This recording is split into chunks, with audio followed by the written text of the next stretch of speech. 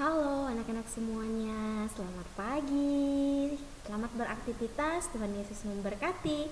Anak-anak, hari ini berjumpa lagi bersama Ibu Guru pada pembelajaran tematik tema 8 subtema kedua. Hari ini kita masuk pembelajaran yang ketiga. Ya, seperti biasa kita berdoa masing-masing di rumah ya sebelum memulai pembelajaran hari ini. Silakan anak-anak berdoa. Ya, berdoa Bapa kami seperti biasa. Ibu Guru tidak tampilkan doa Bapa kami di video pembelajaran kali ini. Ibu yakin dan percaya anak-anak sudah hafal ya, sudah kelas 4. Pasti sudah hafal semua doa Bapa kami dan doa Salam Maria. Oke, sekarang silakan berdoa. Oke, nah sekarang kita langsung saja masuk ke materi yang pertama. Ya, di sini kita akan membahas tentang kegiatan ekonomi. Ya, nah anak-anak, bentang alam itu beragam. Ya, bentang alam itu menjadikan Indonesia memiliki keragaman aktivitas di bidang ekonomi. Nah, aktivitas ekonomi itu dia meliputi yang pertama ada perdagangan, kemudian ada pertanian, ada perkebunan, ada perindustrian dan lain sebagainya. Jadi itulah aktivitas yang ada di Indonesia ya, aktivitas ekonomi ya, mulai dari perdagangan ya, kemudian itu ada pertanian, ada perkebunan ya, perkebunan cengkeh, kemudian perkebunan kelapa sawit, kemudian ada kopi, ada teh dan lain sebagainya. Ya. Nah, di sini ya di buku kalian, industri itu adalah sebuah usaha atau aktivitas mengolah bahan mentah atau barang setengah jadi menjadi barang jadi yang mempunyai nilai tambah untuk mendapatkan sebuah keuntungan. Nah, di sini ya kita akan melihat beberapa bagian dari perindustrian. Tetapi sebelumnya kita akan buka slide berikut. Nah, ini yang dimaksud dengan kegiatan ekonomi. Ya, kegiatan ekonomi itu maksudnya kegiatan yang dilakukan manusia untuk memenuhi kebutuhan hidupnya. Nah, seperti yang Ibu bilang tadi, di sini kegiatan ekonomi itu dia meliputi produksi, distribusi, dan konsumsi. Kita akan bahas satu persatu. Ya.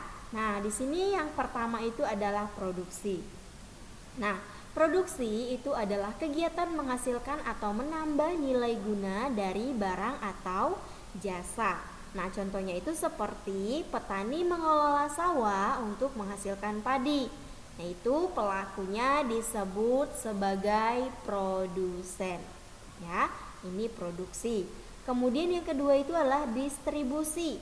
Nah, distribusi ini adalah kegiatan menyalurkan barang dari pihak produsen kepada konsumen.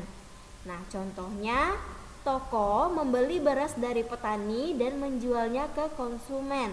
Nah, pelaku ini disebut dengan distributor. Kemudian konsumsi. Nah, konsumsi ini adalah kegiatan menghabiskan atau mengurangi nilai guna barang atau jasa untuk memenuhi kebutuhan hidup manusia setiap harinya. Nah, contohnya itu seperti misalnya kita membeli beras dari toko untuk kita konsumsi. Ya. Nah, di sini pelakunya disebut sebagai konsumen, ya. Jadi kita sendiri itu disebut sebagai konsumen. Kita adalah pelaku, ya. Jadi kegiatan ekonomi tadi ada 3, ada produksi, ada distribusi, ada konsumsi. Ya, pelaku di dalam distribusi itu distributor, produksi itu disebut produsen, dan konsumsi itu disebut konsumen. Ya. Oke, yang selanjutnya, nah ini contoh dari produksi, ya, dimana di sini gambar yang A ya, itu ada seorang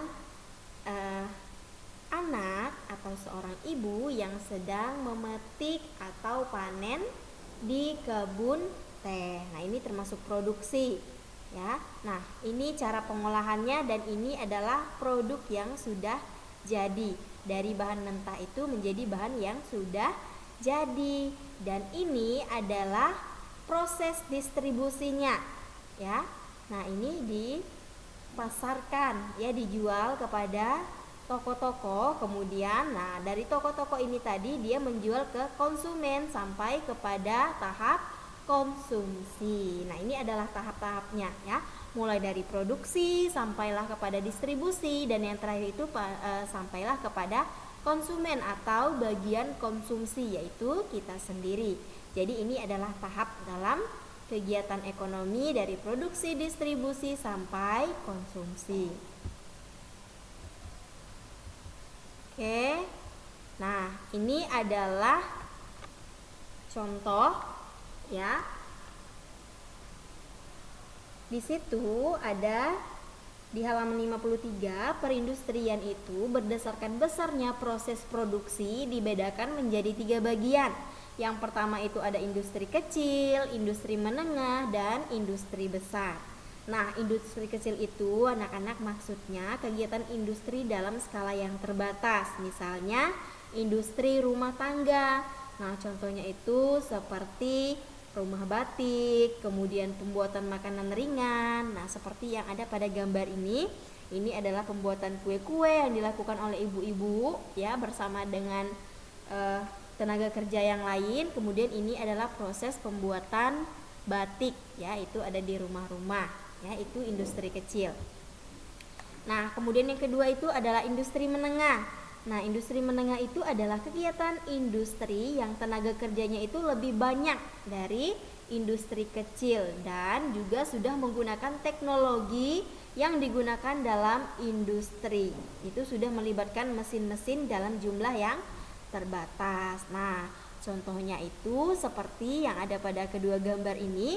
Gambar yang pertama ini adalah proses, ya, di mana orang, nah, ini bisa perhatikan proses produksi dari minyak goreng, dan yang kedua ini adalah tolak angin atau antangin, ya.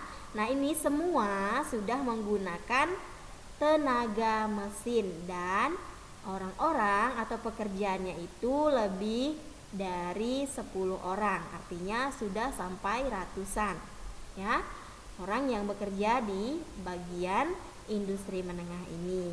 Jadi beda dengan industri kecil tadi.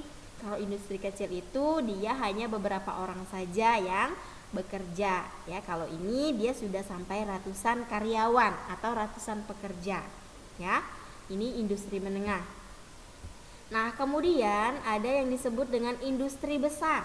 Nah, industri besar itu memerlukan modal yang besar dan jumlah tenaganya juga sangat banyak, ya. Jadi di sini teknologi yang digunakan itu, ya, mesin-mesin yang berukuran besar dan jumlahnya juga banyak. Nah, contohnya seperti yang ada pada kedua gambar ini. Yang pertama itu adalah pembuatan mobil, ya. Ini adalah proses pembuatan mobil, dan yang kedua ini adalah proses pembuatan motor, ya. Kalian bisa perhatikan. Ini termasuk ke dalam industri besar, ya, seperti pembuatan mobil, pesawat terbang, kemudian pengolahan besi yang digunakan, ya. Ini adalah contoh dari industri besar, ya, dari bagian aktivitas ekonomi di Indonesia. Oke, kita lanjut lagi ke materi keberagaman di Indonesia.